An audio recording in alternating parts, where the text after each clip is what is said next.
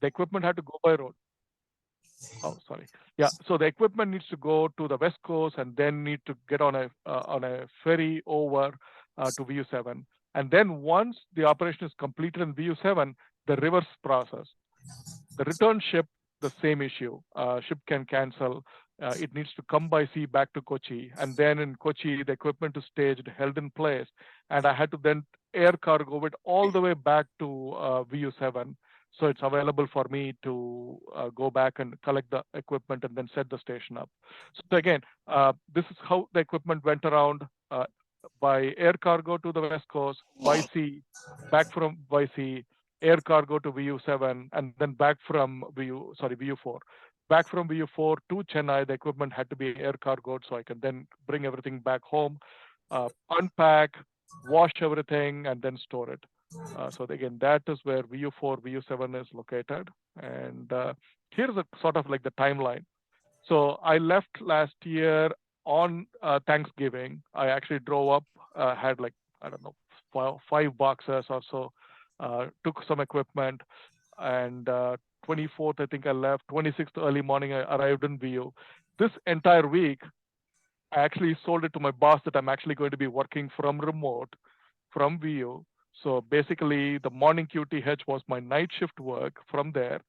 During the daytime, it was a matter of actually unpacking all the equipment that was out there, checking them, and then repacking it and taking it to the airport to send it out by air cargo. Because if you recollect, once it hits Kochi, it has to be collected by the locals that came over and are waiting. So they're in a rush saying like, hey, look, either you send the equipment over or we are coming to your house. And they were ready to come to my place on Monday, and I was not ready because I had just arrived and I had not opened up anything, unpacked or packed anything at all. So we told them, you stay parked in Kochi and we are actually going to start sending the equipment. So every day, like 4 or 5 packages that was ready, we just go to the airport and ship it in the morning. So we did like 3 shipments. And then there was actually I think the ferry was supposed to sail, I believe, on this Wednesday. That got canceled, which means the last ferry was leaving on the 1st of December. And we had to get the equipment on that ferry, otherwise the whole cost is lost. So we got it in there. They took it over to the island. It arrived at VU7 on the 13th, on the 3rd of December. And then on Friday night, which is our morning here, right? Like, so usually I had to work all the way till like very early on Saturday morning. So it's US evening.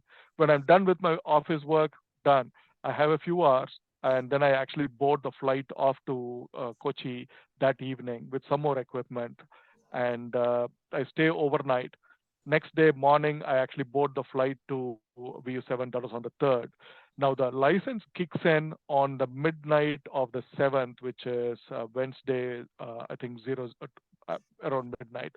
So I did have a good part of the 2 days to set up the station. So I was able to set up the hex beam on at the top of the building, and then the verticals went up. Now, the plan was, again, based on the prior VU7 activation. In a span of like 3 to 4 weeks, there was 60,000 QSOs made. So, and I had to figure out like, okay, what do I do? I wanted to be able to run and be on every band at the same time.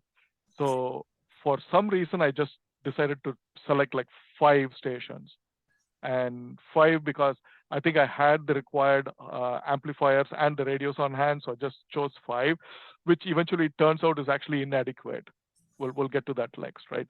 So set up the stations, and to run 5 QRO stations, we do need power, right? So I had to actually bring in 3-phase power supply from the power panel into the room. And I think there is a picture of that as well. So all of it was set up and ready to go. And we started activating VU7.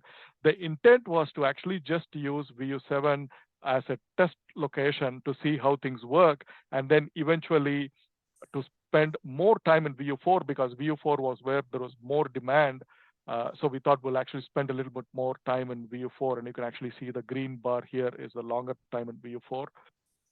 So, but yeah, there was about like 7 days, 7 full days, and partly several hours until sunrise on the 13th is all I had, about roughly 8 days. Now, the ship was supposed to leave on the 13th of December. So I had to wait until early morning. So the gray line is over, and I can actually make a few more contacts with North America. And then we decided to tear the station down. And then the goal was to have everything ready by 9 a.m. Never happened. It was almost like 11 to 12. And scrambling to get it all packed up. So the equipment all left. I had 1 day to rest because during this entire time activating VU7, uh, pretty much I had like maybe 2 hours of sleep. That's about it for the entire 7 or 8 days. So this was a good 1 day to recover. Then on the 15th, went back to from Kochi to Chennai. Now here is a challenge. I never had any plans to do 60 meters, but everyone was asking for 60 meters. So in VU7, I was able to lash up a couple of bamboo poles to make a 60-meter vertical, and I had to switch the coax between the 160 80 vertical and then run it on 60 when 60 active. So decided to go back home. I arrived at 10 p.m. and I had to leave home by 2 a.m. in the morning to board a 4:45 a.m. flight, and I had to pack up another couple rolls of coax, another fiberglass pole, the 12-meter fiberglass pole to build the 60-meter vertical, and then in VU4, the power panel at that location was about 45 meters away, so I had ordered additional power cables. So I had to pack that power cable as well as a part of the cargo, and then I head off to the airport. 16th early morning was there at VU4. We go straight away, collect the equipment, and then set the station up and run it all the way till the 28th. So anyway, that's the timeline. And as far as stations, we moved about almost close to 1,000 pounds, about 550 kilo of equipment, and 5 stations. The picked up an FT-DX10 primarily for use with sideband and paired it up with ACOM 1000, and that station was used on low bands, and then had the ASO FT891, the little radio, pretty good receiver. So had that on the other low band, either 160 or 80, and then I had a stash of 3 TS480s from the past, and paired that with 2 10-tech Hercules and also the KPF 500. So had 5 of these stations, and typically when you're running multiple stations and moving equipment, the coax cable becomes a pain point to handle because uh, you want to keep it further away from any noise source. So it's preferable to have a longer run as needed. But then you wanted to have a very low loss as well. So the LMR 400 is relatively cheap, but the center conductor being solid is a pain. So the intent was, okay, how can I spend less time handling coax and also setting up multiple antenna? If I can consolidate the number of antenna, it actually saves time. So I had actually built the 160 80 meter vertical with a single feed point. I do have an 18 meter spider pole here in Carolina. So use that, built the 160 meter vertical from spider beam with the 4 top hats, tested it in the backyard. And then on the same vertical fiberglass pole, try to add the 80 meter element as well, and then tested them together. I did have a full set of multiplexers to go along, high power multiplexers. So I was able to run 2 radios with amplifier at the same time and test and make sure that the entire chain worked well. The second antenna was a 40-30 vertical on a 12-meter pole. Again, single feed point, single pole, and it worked pretty good. Then I also had for the 20 to 10 meter band, I had that DX Commander vertical, which again I had set it up here and tested it. Pretty easy to tune. So that became the third antenna. All of them were by the beach. The fourth one was the 60 meter. Again, was a 2 bamboo poles lashed together in VU7, but I had the 12-meter spider beam pole in VU4. And then I had the hex beam as well. And again, I was planning to build a 6-meter 5-element Yagi before I left from Chennai to VU7, but it was raining every day, so I had to spend time packing up the equipment. Never found the time to build the hex beam, since the aluminum pipes I needed were sent over the last day, a few hours before departure, so there was no way I was able to put it together. But again, that's the station plans, five stations, and had like 5 antennas with a full complement of multiplexers and corresponding bandpass filters to go with it. So what we see here on the left is actually the three-phase power box. I actually had these little displays installed, so it actually would show me on each of the phase what the voltage is. And typically in that part of the world, the voltage will sag. In the evenings, it will drop as the demand goes up, at which point then, if we know what is the current draw, and the lower number is the current in amperes, if you know the current draw, then we can actually distribute and switch the phase over to the other phase to the amplifier. So from this box, there were like 3 pigtails that came out, and then from there it actually goes off to the extension boxes. So I had to get this box built, and for VU7, the distance between the box to the power panel was not far, probably maybe about like 20 feet. So I had some cables which are sufficient, but I had to end up ordering new cables for VU4. Luckily, in VU7, these tables existed, so furniture was not a problem. So I was able to sort of line up all the equipment. So I had a good visual on it. And as you can actually see where, I don't know if you're able to see my mouse, down here is actually, I believe the last amplifier is sitting right here. The Hercules is sitting right there. So I can actually and right in front of me is the bed, and you can actually see the 2 laptops that I used to um, run the radios. So easily accessible, all of the equipment can be eyeballed and easily accessible. So that's how the setup looked like. And yeah, the hex beam was set up right over this little building. The great thing with the VU7 location is they restrict the number of tourists. The locals want not volume, but they wanted like high quality tourists, right, who will care about the environment. Good thing is the noise is not a problem, at least in this location yet, but it's probably will change over time. So hex beam up there. This is a 30-40 vertical by the beach, and it did pretty good. I had to actually stick a stick in between to separate out the elements so that tuning was easy and with less interaction. That is the 160-80 vertical. It's kind of sagging because the 4 top heads had to be balanced, and the wind is blowing inland from the sea, so it's kind of bent. Again, that's by the water. Again, here we got it all fixed. It's now straight. That's the same 80-160 vertical. And this is the 20 to 10 5-band vertical from DX Commander. It can be easily built with a fishing pole. It did work pretty good from VU7.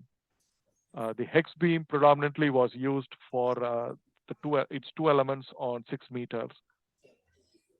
Now, some of the locals that came in actually took a photograph of this from this angle, and they were asking if, how long did it take to set it up? Is this going to be a permanent setup here, seeing the number of wires on the back? So, and also you can actually see on the right-hand side are the multiplexer. Like by the wall here are the 2 multiplexers for the 80-160 and the 30-40. And then right here is actually the 5-band multiplexer for the higher bands. And then down on the ground are all the large filters that need to go with the multiplexer. So the challenge with running a setup like this is, when a band closes, you got to move the radio off from the band to a different band. And now you have multiple stations in a haste. If you have 2 radios that are, the bands have closed, you got to change only one radio. You got to have it in your mind and just go and pull that one cable from that particular filter off and then shift it over to its new destination, right? No matter how much precaution you take, there was one instance where I went and started unscrewing a coax, and then it started arcing. That's when I realized, like, oh no, it's something is messed up. So that's a challenge I found out. Got to be very cautious in moving radios from band to band, which happens multiple times during the day. That's again yet another close-up view of the filters and the multiplexers. Now, all was good with the 160 vertical, good pile up, and then closer to closer to when the band closed, I noticed that the SW was high and it was not tuning at all. So when I went out and looked at it, I found that the wire was actually hanging from the top. So I had to bring the 160 vertical down to inspect. What I noticed was what you can see on the left hand side is the spider beams. It's steel clad copper wire, and that copper wire you can actually see the heat on the tips. It basically melted and snapped. Now what happened was I had this nice stainless steel pulley from Home Depot. So I had this pulley attached at one point, and these wires you can actually see looping through the pulley. Those wires are for the 75 meter, 80 meter. So it comes off from the vertical, and then it becomes like an inverted L, and you tie it off at different points. Now, this pulley sort of started acting as an in some sort of a induction component up there because it's a high voltage point in a vertical high up there, and it started heating. So I'm sure if I had seen it at night, it must have been glowing, because I did notice that the insulation on these wires running through the pulley were all also starting to melt, while the 160 meter wire, which was in close proximity to the stainless steel pulley, had snapped. So what I had to do was, when I brought it down, I did have another nylon insulator block. So I had to attach the nylon insulator block to the fiberglass pole and then tie this pulley off so I could offset it and further away from the 160 meter vertical wire that runs straight up and above where the pulley is attached. So once I was able to do that, then I had no problems at all. But note to self, right? Next time, do not bring anything stainless steel, anything that can interact high up at the high voltage point on a vertical running high power. And that's the picture of the VNA, especially on a trip like that. You're setting up the vertical and you're trying to tune, and you get a tuning like this. It's a good day. So it's kind of spot on. Same thing with the 80 meter as well. And that's a view further away, looking at the 160 80 vertical, which is further out, and then the 30-40 vertical, which is near field. And if you note at the further end, there is actually a radar station up there. So those folks were actually interested. They came in and they started asking questions as to what I'm doing, why I'm doing. So they had to actually write a security report up to their management. So they were asking about it as well. But I asked for permission to go and look up the radar station. They never gave me permission. And here's some of the cargo that was actually picked up from Kochi, and the folks took it over to the island. And you can actually see everything is here in the bay of the ship. Now, again, the running 5 stations on 2 laptops, it's, I've had folks ask me like, hey, look, is it like, set it up, run it and forget it. You can do whatever you want, go and have a martini, right? That's not the case, because a lot of things go wrong. When we are running multiple stations and using sound card, no matter how many ferrites are installed in every single wire, multiple ferrites, after a while, something goes wrong. So you had to actually disconnect, reboot, or shut down the one instance of the software and then restart. All of these happen. And that's one. The second is people somehow try to find a way to beat the system. They don't send their call with the grid squire. They turn around and just start sending reports. Now, the software is actually set up in such a way, like you can actually see over here, the setting says 2 QSOs. That is to allow a station to make a caller to have up to 2 QSOs on the same band. That way, in case someone else is masquerading, someone else calls sign and makes a QSO, still the original actual station can try to make a call and get on the log. If that is set to 1, then it deprives genuine stations off from making a call. So it's kind of set to 2. But what happens is, if someone is just sending their report, the system picks that and starts answering them. And that actually is never a good thing, because if they're not listening and sending the next sequence, then here the system is sitting and calling them repeatedly, and it wastes cycles, depriving other stations that are waiting to make a contact, right? So that's a challenge we noticed. Second, the Q limit has to be throttled back and forth very often. Even if the Q limit is shortened, the number of simultaneous QSOs that are in progress, that has to be throttled depending upon the conditions and the size of the pileup.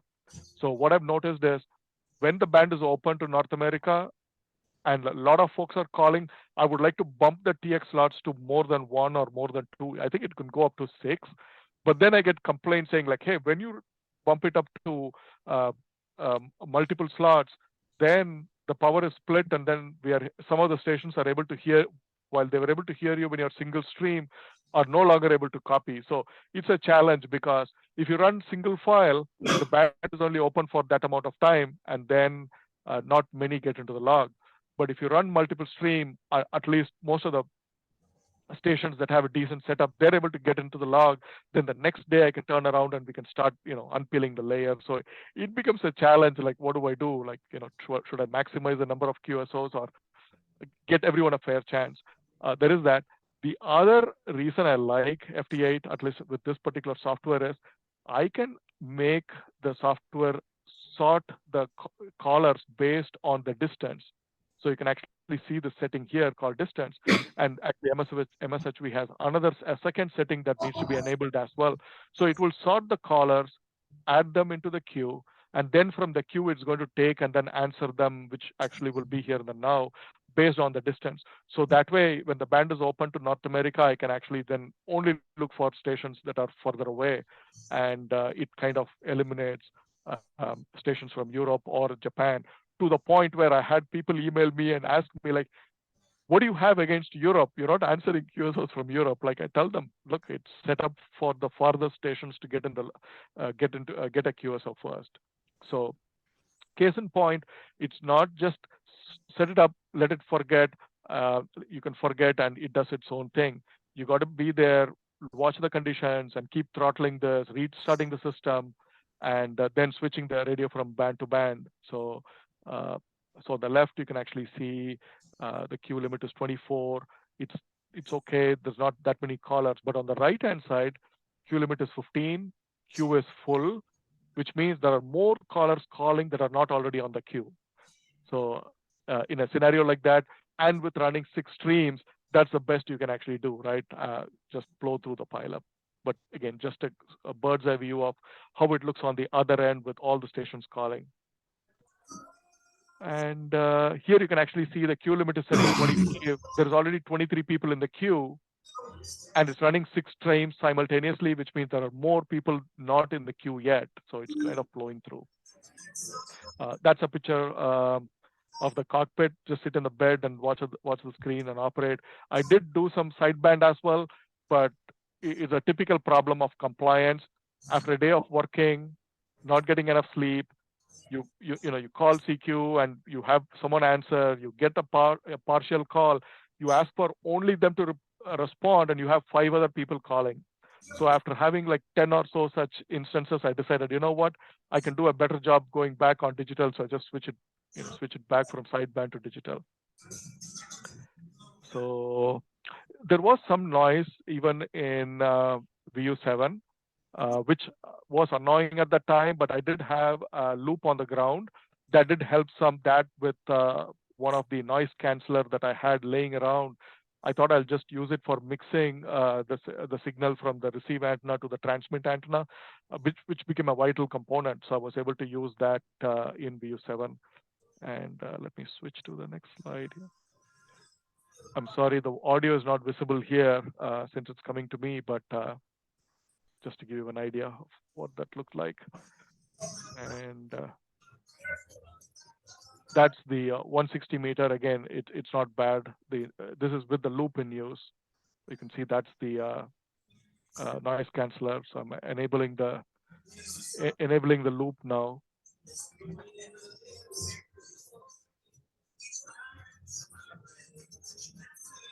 So it's transmitting. So and without the loop, you can actually see the noise is like almost 5.9 plus. Yeah, there you go. With the loop and without the loop. Yeah. So it's kind of the difference. Yeah, RX. So that being said, I'll switch to, sorry, the next slide. So this is on the 13th morning. What I did was the prior evening, I brought the hex down because I anyway had the multi-band vertical uh, for the higher bands, especially in the gray line in the evening. The plan was to run through the night, work as much North America in the morning when the gray line is open, and it shuts down around like 7 a.m. So I thought, okay, between 7 a.m. to around, and I was told you need to be ready by 9:30. So 7 o'clock, I go and start dismantling the vertical, and I think I left two of the guys in this group to start rolling the coax, and it is around like 10:30. From 7 till 10:30, I'm still out in the beach disconnecting the verticals and all the wires. Uh, and I had not even come back into the room to pack up all the equipment. And then is when, a couple of these guys said, like, you go and you start unpacking equipment in the room, or actually packing up, dismantling and packing up, and we'll take care of the verticals. So anyway, we got that done. And the other advantage was the ship leaves one of the islands and then comes to this island to pick up passengers and cargo. So when it left the other island, we got a phone call saying like, hey, it just left here. So that gives us a little bit lead time to pack it all up. So anyway, long story short, in a real haste, everything was packed up and shoved into those into the shipping containers and sent over to the ship. All right, VU7, how did we do, right? There were 34 stations that got into the 160-meter log. So there were 34. 80, there were like 356 stations made it. 60, there were no plans. I had no bandpass filters, took the risk and still ran it. Was able to get like 68 folks in the log. It's actually a wonderful band. In VU, the power limit is 15 watts EARP. That's it for a 60 meter. And 40, there is a fairly good chunk, and then 30 meters. So it totals to like 15% of the overall QSO. So from past experience, anytime we get past the 10%, it's actually it's a pretty good thing given the proximity to Europe and Asia. So getting close to 15% is actually reasonably good.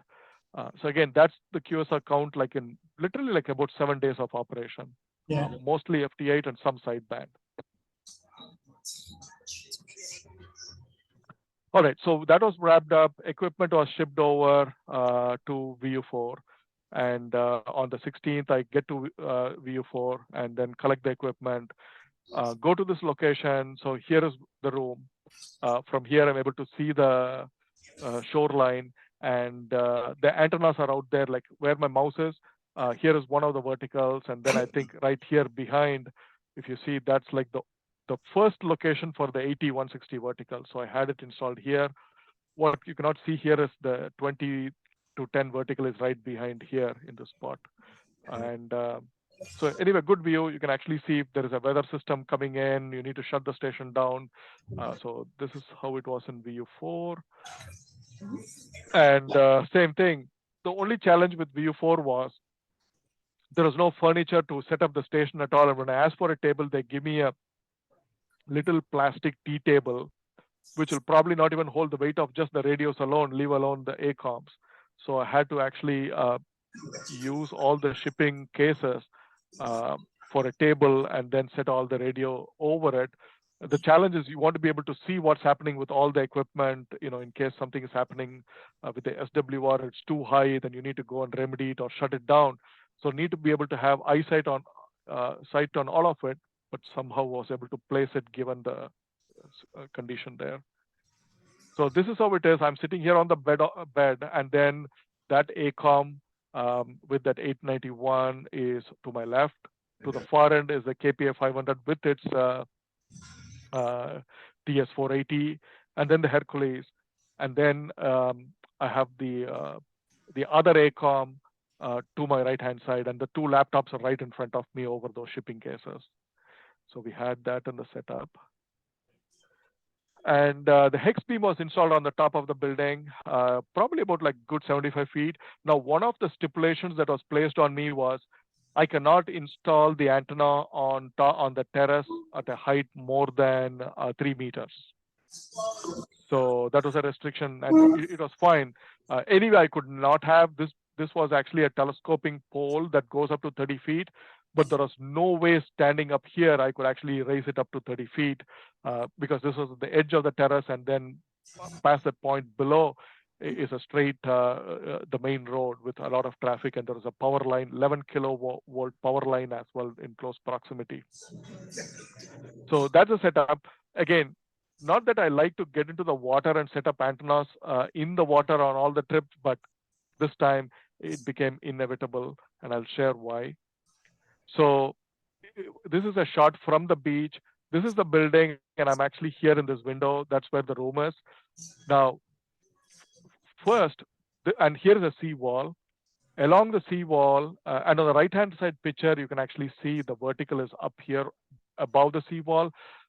First, on the day I arrived, this is the 3040 vertical. I had it installed below the seawall, and I ran early in the morning, gray line, 30 meter, 40 meter, there was a pileup, and I was able to work North America.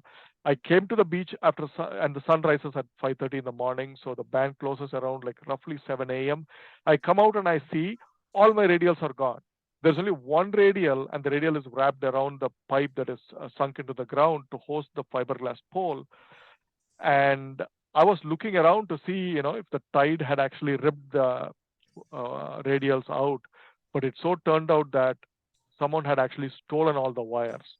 Now, yeah, they stole the wires, and I don't know if you can actually notice, like right where my mouse is pointing, right about this spot, there is actually a guy that is sitting there. Bootleggers, they actually sell alcohol in retail. They actually go pick up bottles, open up the bottles, and actually offer a glass of the drink.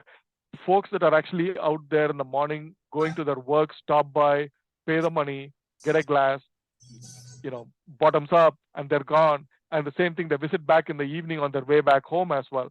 So the guys that are here were thinking that I'm some sort of law enforcement trying to install a camera system. So I had to actually install a poison pill stating that, like, look, those wires are no good for use in your house because it has been in the salt water on the other island. So once salt water gets in, if you use it, it'll actually burn the wire and your house will catch fire. So that actually worked, and Wow. yeah, so that worked, right? Now, so the vertical was installed, and then I was still concerned because I could not find the wires anywhere, and I didn't want to lose the radials. Just as a precaution, I pulled the vertical out and I brought it over the seawall, and I had it installed here. So this is a second spot where this 3040 vertical is installed, and I was able to tune it and use it. Now, this wall is narrow, maybe like 18 inches wide. And this is like the further out after, if you walk over this wall, on this wall all the way, you will see this here, and you can walk towards the 3040 vertical. Now, one evening, this guy is selling alcohol. There was a guy that was fully boozed up, and he passed out, and he was laying on this wall. Literally, he was passed out on this wall, right around where this coconut tree was. And I had to actually hold my VNA with one hand and jump over him, go to the 3040 vertical, because I still was not happy with the tuning, and I had to get it absolutely where I wanted it. So I had to, jump over this guy, and with one hand holding the branch from this coconut tree, so that way I don't slip and fall. And I heard that the guy survived and he walked away, because if that guy fell down on this side, down to the beach, he would have broken his neck. That's like a good 12 plus feet drop. And you can actually see here on the right hand side, the ground basically tapers off, and there is actually a hole in the spot near the beach where the tide comes in. It washes the sand in and out. So the soil behind here is all eroded. So there is another drop off on the right hand side of this wall as well. But anyway, I think his times were good that he walked away, is what I was told. But so the 3040 vertical, this is a second location. Now, what we have here in the picture on the left is the 160 vertical. So I tried to install it here, but what happened was the top hats for the vertical are fine wires, and you can actually, if you notice, what is up here is the sheet metal. This is the galvanized iron sheet. So when the guys was the helpers were trying to raise it, the top hats got caught in the GI sheet, and it basically torqued the fiberglass pole, and it weakened the fiberglass pole and snapped it at two spots. So the first attempt, I lost the fiberglass pole, and I had to then turn around and call my mom and tell them, hey, look, you need to go open up that box. There is few fiberglass poles in there. I wanted you to take that and then, ship it over, or ship the whole crate with the fiberglass poles, just air cargo it. But anyway, long story short, they were able to get one and then send it over, and I got it the next day. What I did not realize is those 4 top hats that got caught in the sheet metal got nicked, which became a problem later, and I'll talk about it. So this was the first location successfully had the 8040 vertical installed. And what I found was, even with this 3040 vertical, I was hearing noise at nighttime, and I thought it was a transient situation. But then after installing the 16080, 16080 became just impossible to use. So then I had to find another solution. So I'll just shift here. Yeah, I don't know if it actually will let me play this and see. So that is when the power went out, right? In the evening, the street lights come on at 5:30 in the evening. The sun sets at 5:30. It's like clockwork. Sun rises at 5:30 in the morning. It sets at 5:30. The place I was staying had a generator. So when the power goes out, the generator kicks in automatically. So when the street light went out, there was a power outage. You can actually see on 80 meter, it's hunky dory, like 5.6, no noise. Same thing with this is 40 meter. I don't know what I have. That is a noise on 40 meters when we are on the power line, power from the utility company, right? So it turned out that the street lights are all LED lights, and in the evening at 5:30, when the street lights come on, the noise comes up. And in the morning at 5:30, the street lights turn off, the noise goes out. So that way, in the morning gray line is great. If the band is still, I think the band closes around like 6:30 for 160, and then a little later for 30 and 40. So that is a good opportunity. I was able to get a lot of stations from North America in, but literally unusable at night with the noise levels. So let me see. And oops, sorry. So that one, I think, again, it was not just the vertical. I had the hex beam installed on the top of the roof. Even the hex beam was basically susceptible to the same noise on higher bands too. So none of the antenna was spared, was picking up that noise, and pretty much on all antenna, except for the 20 to 10 vertical that was by the beach. And I don't know why. That antenna was not picking up the noise. So that's what prompted me to move some of the other verticals away from the seawall out into the water. And I was of the opinion that, like, okay, maybe moving it further away from the street light, it may not pick up the noise.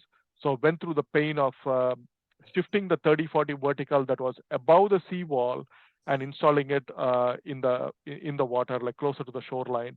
And the same thing with the 8040, had to keep it away from the 3040 vertical, so I had to go further out into the water. So here is how it looked like. So this is the 3040 vertical in the front. After moving it, this is the third time I had moved the third location for 3040 vertical. And here is the 160 vertical that was again installed for like the second time here. And I had like long coax runs, about 450 feet of coax. So I was able to run it and try to keep it as far away from the street light as possible, but it was no go. Again, I was told, like, what I think the noise is being picked up by the braid of the coax. Again, this is LMR 400.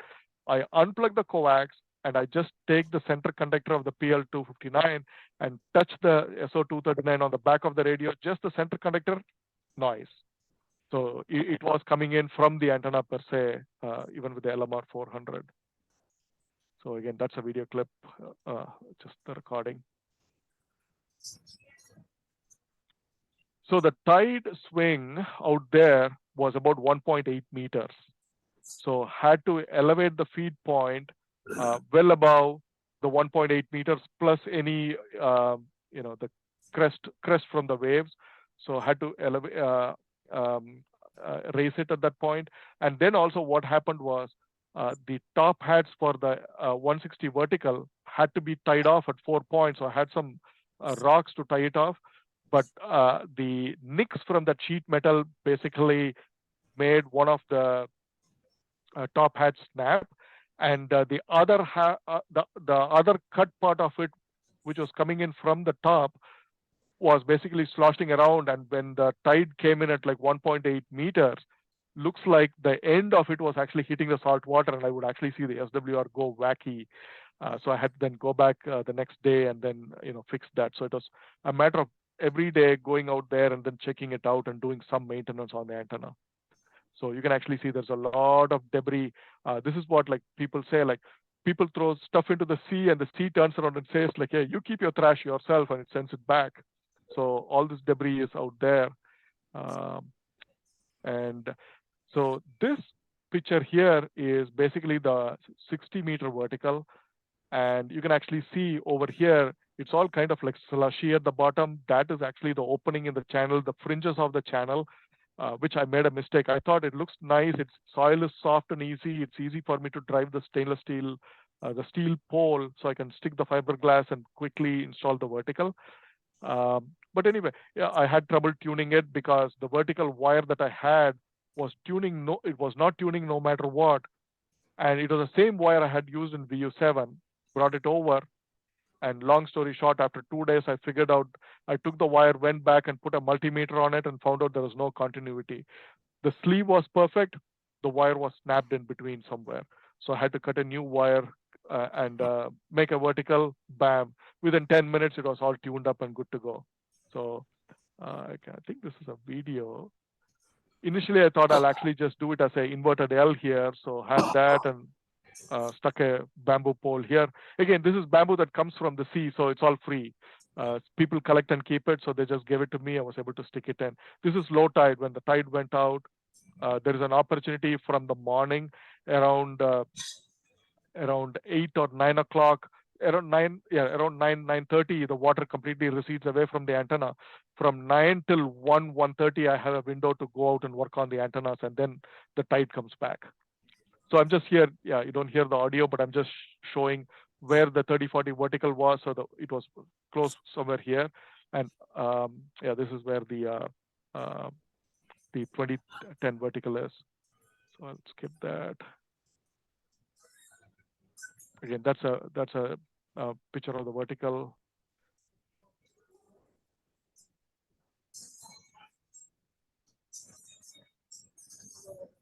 So all the 4 top hats are tied up. The 80-meter inverted L is tied up. And then there are actually 3 guy wires for the fiberglass post as well, all tied up, secured by rocks. And here you can actually see completely shrink wrapped the feed point, so water doesn't get in at high tide.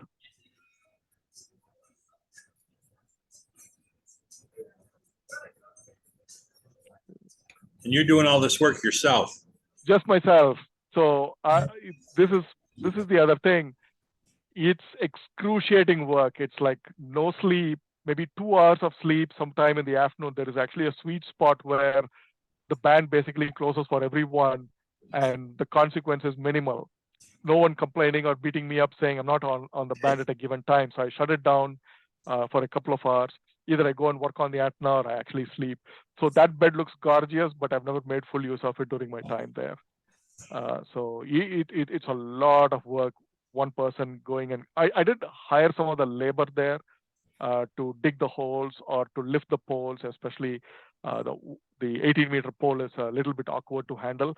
And it also doubled up. I was able to hire the bootleggers, pay the money, so that way now they were happy to work and not take away my radials or cause damage. So again, that's just a short video clip of the station.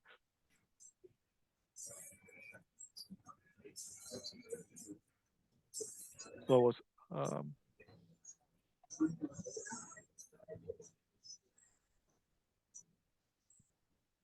yeah, the room is a mess. It's with everything laying around. All the fiberglass pipes are shipped in those PVC tubes.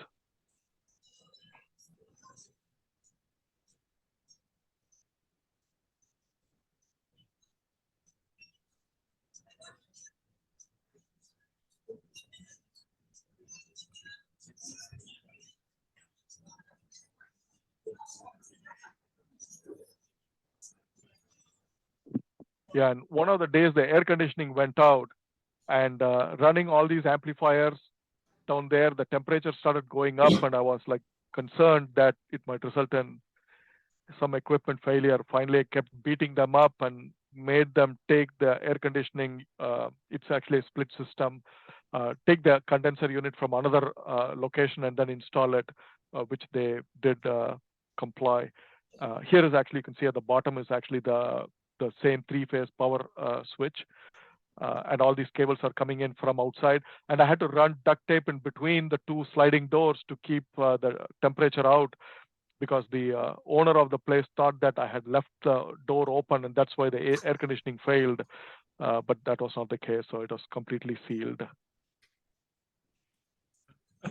And here is I think this is a video as well.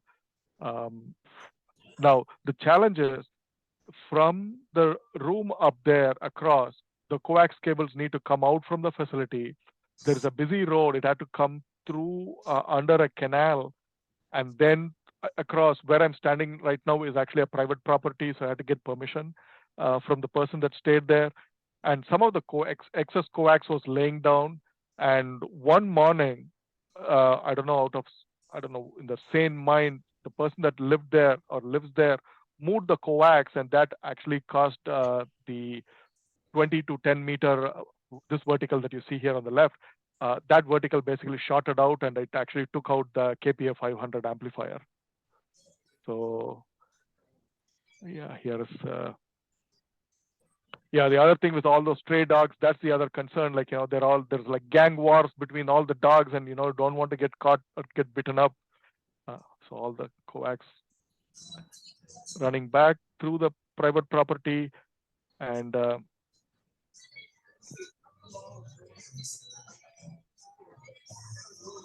so you have to be a good salesman too to get it through the private property. Oh yeah, no. Initial thoughts were they thought this was going to be a permanent setup, and I told the lady like, hey, it's only going to be for a week, and then I'm gone. Then she was okay with it. So, and I had to hire. This was supposed to be a water runoff for storm water, but anytime there is a way to discharge anything and everything goes. So I had to get someone in to get into that canal to run the coax. At the first instance, the coax was just running over those pipes. But then with the noise situation, I had to get them to go and get two motorcycle tires. And that way I could actually tie the tire off to the pipes and then use the tires like a sling to snake the coax through. Oh my God. Through it.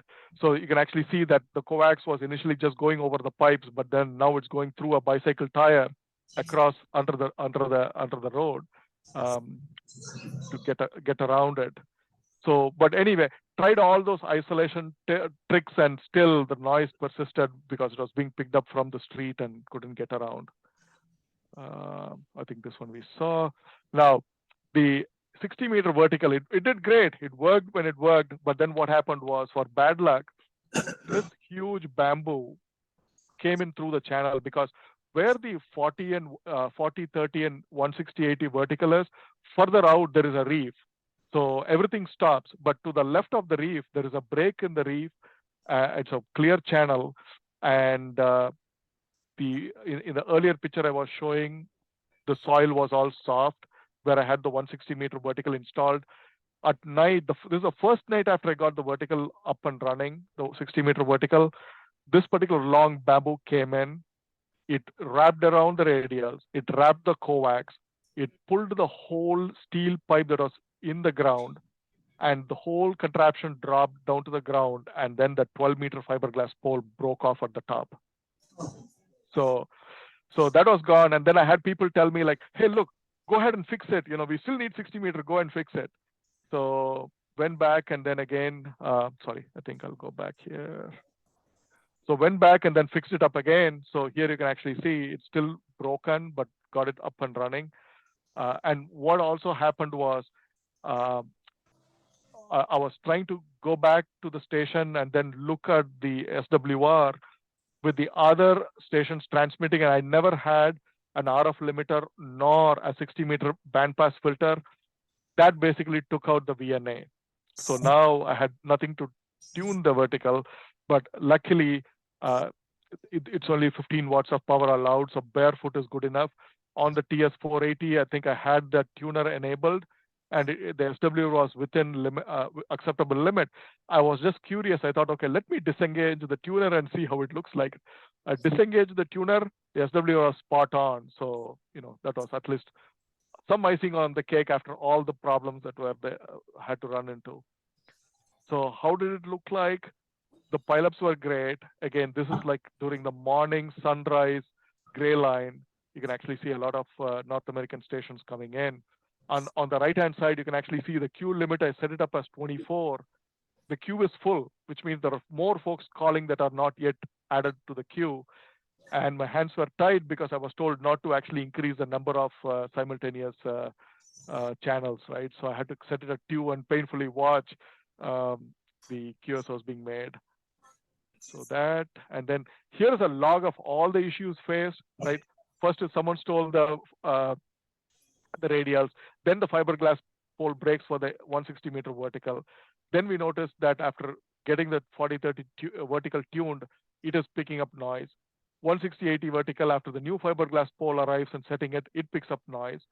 Then what I also found out was two of the TS480s, which worked perfectly in VU7 until it was disconnected, packed up. After installing it in VU4, the TS480s have the DIN connector on the front to get the audio in and out of the radio from a sound card. For some reason, the audio was coming out to the sound card and to the laptop, no problem. But the audio back from the sound card back into the radio was not getting through. So I was down 2 radios. Then luckily what I had was, I had a little box built to provide bias to like a computer headset because it uses an electret mic. And this is from a past trips because I used to take the TS480 as the main radio for sideband. And out of that little box, I had a little pigtail with an RJ45 hanging out. That RJ45 basically feeds audio into the jack of the TS480. So by luck, I just plugged that back into one of the TS480s that was exhibiting the symptoms and fed the audio from the computer into that little box because it had a little mic jack in it. Then the radio started working fine, getting audio and transmitting. So that's when I realized that there was something wrong with the input circuitry on the DIN connector. So I actually sent someone off to the city to buy 2-3 feet long internet cables, brought it over. Now, this is how it is, right? If you have to pull a multimeter out, it's kind of okay, but not ideal because something is still not going as planned. But if you had to pull a soldering iron out on a trip, it's not a good day. So I had to pull the soldering iron out and then start soldering to bypass and then feed the audio through this RJ45 to those 2 TS480 so I can actually get the 5 stations up and running.